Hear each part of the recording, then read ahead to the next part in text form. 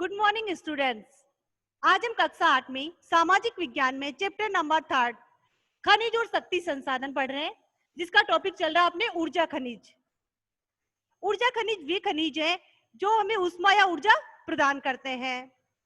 तो ऊर्जा खनिज को दो भागों में बांटा गया है, परंपरागत ऊर्जा खनिज और गैर परंपरागत ऊर्जा खनिज। अब इन दोनों के बारे में पढ़ने से पहले इनके बारे में अंतर जानना आवश्यक है। तो सबसे पहली बात, परंपरागत जो ऊर्जा खनिज है वे अनवीकरणीय है। अनवीकरणीय का अर्थ समझते हैं? जिन्हें पुनः प्राप्त नहीं किया जा सकता, जिन्हें बनाया नहीं जा सकता। जैसे कि कोयला है, पेट्रोलियम है, प्राकृतिक गैस है। इनको हम नहीं बना सकते क्योंकि इनको बनने में लाखों वर्ष लग जाते हैं। कोयला, पेट्रोलियम, इनकी भंडार सीमित है। जबकि जो गैर परंपरागत संसाधन है वो नवीकरणीय है, अक्षय ऊर्जा के स्रोत है जो कभी समाप्त नहीं हो सकते। जैसे कि सौर ऊर्जा है, पवन ऊर्जा है, ये भंडार कभी समाप्त नहीं हो सकते। अब जो दूसरा अंतर है, सबसे महत्वपूर्ण अंतर मानती हूं मैं, जो परंपरागत ऊर्जा संसाधन है ये पर्यावरण प्रतिकूल है, पर्यावरण हितैषी नहीं है। पर्यावरण हितैषी कौन से? गैर परंपरागत। कोयला है, पेट्रोलियम है, ये सभी प्रदूषण को बढ़ावा देते हैं। जबकि जो गैर परंपरागत स्रोत हैं ये पर्यावरण हितैषी है और पर्यावरण का संवर्धन करते हैं। और आज जब ग्लोबल वार्मिंग की समस्या है तो ऐसे में हमें इन पर्यावरण हितैषी गैर परंपरागत संसाधनों पर जोर देना चाहिए। अब बच्चों अपन बात करते तीसरी, जो परंपरागत संसाधन है इनका उपयोग हम लाखों वर्षों से कर रहे हैं, सालों से करते हुए आ रहे हैं। बचपन से हमने देखा है, ईंधन है, कोयला है, इनका उपयोग हम बचपन से देखते हुए आ रहे हैं, मतलब लाखों सालों से इनका उपयोग हो रहा है, सालों से उपयोग हो रहा है। जबकि जो गैर परंपरागत संसाधन है इनका उपयोग हमने पिछले कुछ सालों से ही करना शुरू किया है। एक अंतर बच्चे ये है कि परंपरागत संसाधन सीमित हैं। जैसे कि इनके भंडार अगर एक बार समाप्त हो गए तो इनको बनने में लाखों वर्ष लग जाएंगे। जबकि जो गैर परंपरागत संसाधन है असीमित है, इनकी कोई लिमिट नहीं है। सौर ऊर्जा की अपन बात करते हैं, सूर्य अखंड ऊर्जा का स्रोत है, असीम ऊर्जा प्रदान करता है और दिन प्रतिदिन हमेशा बना रहता है। तो क्या सूर्य वाला या सौर ऊर्जा का भंडार कभी खत्म हो सकता है? नहीं, इसमें कोई लिमिट नहीं है। पहले हमने इनके अंतर की बात करी, अब हम इनको बारे में जानते हैं। परंपरागत संसाधन में सबसे पहले ईंधन। तो ईंधन का उपयोग ऊष्मा प्रदान करने के लिए, खाना पकाने के लिए किया जाता है। हमारे ग्रामीण समाज में आज भी खाना पकाने के लिए ईंधन का उपयोग किया जाता है। अब जो जीवाश्मी ईंधन होते हैं, जीवाश्मी ईंधन आप जानते ही हैं, कोयला, पेट्रोलियम, प्राकृतिक गैस, ये जीवाश्मी ईंधन है।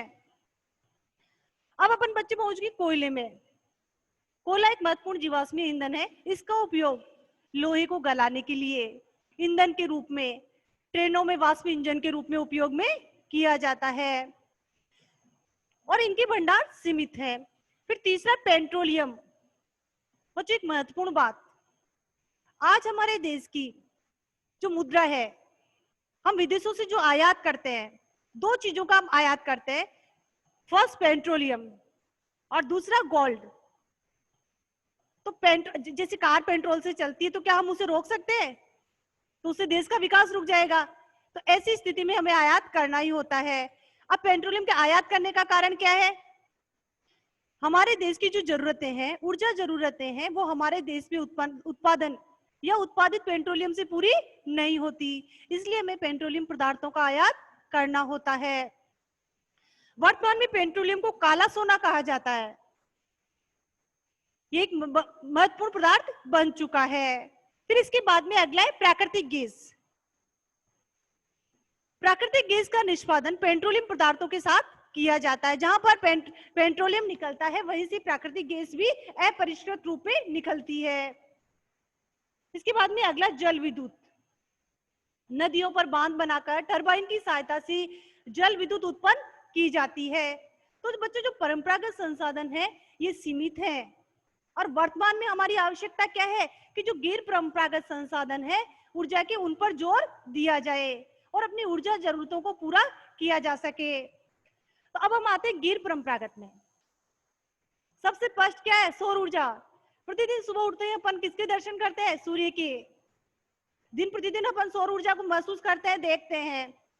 अर्थात ये जो सौर ऊर्जा है, अगर इस पर जोर दिया जाए, सौर पैनलों की सहायता से विद्युत उत्पादित की जा सकती है। सौर कुकर का उपयोग किया जा सकता है। ऐसे देश जहाँ जो उष्णकटिबंधीय देश है, जहां पर धूप की प्रचुरता होती है, वहां पर सौर ऊर्जा का प्रयोग बहुतायत से हो सकता है। हमारे यहाँ जैसलमेर में भी इसकी भरपूर संभावना है।